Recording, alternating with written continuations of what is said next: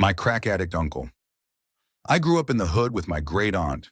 She was a caretaker for a few of my families. Misfits, aka crackheads, LOL. My uncle, we'll call him Jay, was the most functional crackhead I had ever seen. He was always high, but he went to work, he paid bills, he occasionally took me to school if I missed my bus, and he was as involved in his own kids' lives as much, and he could be. We always had a lot of fun together. He was a big goofball. Anyways, the house at the end of our street burned down one night. It was unfortunate, but man, when I tell you them freaking crackheads had a makeshift house built in under 4 days. It was nuts, but it became the crack house. My Uncle Jay began frequenting the house and regularly not coming home. He stopped going to work and wasn't as present as before. My great aunt would say, "He's smoking stepped on drugs," meaning the crack was no longer pure, so it's ruining him now. One morning I was home alone. Believe it or not, most of the addicts looked out for me. They knew me. I grew up there. Anyways, in comes my Uncle Jay. This man grabs every TV somehow, in his 2 arms, says hey to me, and walks out. I was watching Arthur, so that really ticked me off. My great aunt was at the casino, so I called her to tell her what happened. She was pissed and sent my cousin, Cass, over to retrieve the TVs. Cass and I walk down to the crack house and start yelling Uncle Jay's name from outside. He never came out, but after about 5 minutes, a different crackhead comes out holding one of our TVs.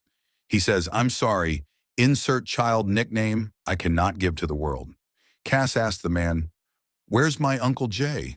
The man says, "He's inside, but you don't want to see him like this." Cass makes his way into the house. I can hear him coughing and gagging, probably from the smells. He finds my Uncle Jay overdosed and unresponsive. He calls 911 and drags Uncle Jay to the grass outside. Paramedics show up, revive him, and y'all. This man bounces off the ground like a wild man and begins to fight everyone in his sight.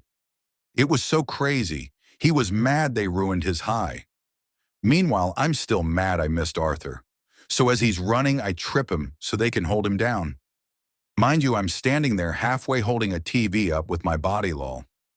As he falls, he says, "Aw, niece, you gone do me like that." Paramedics are literally laughing at this point. He ends up arrested and his addiction got worse.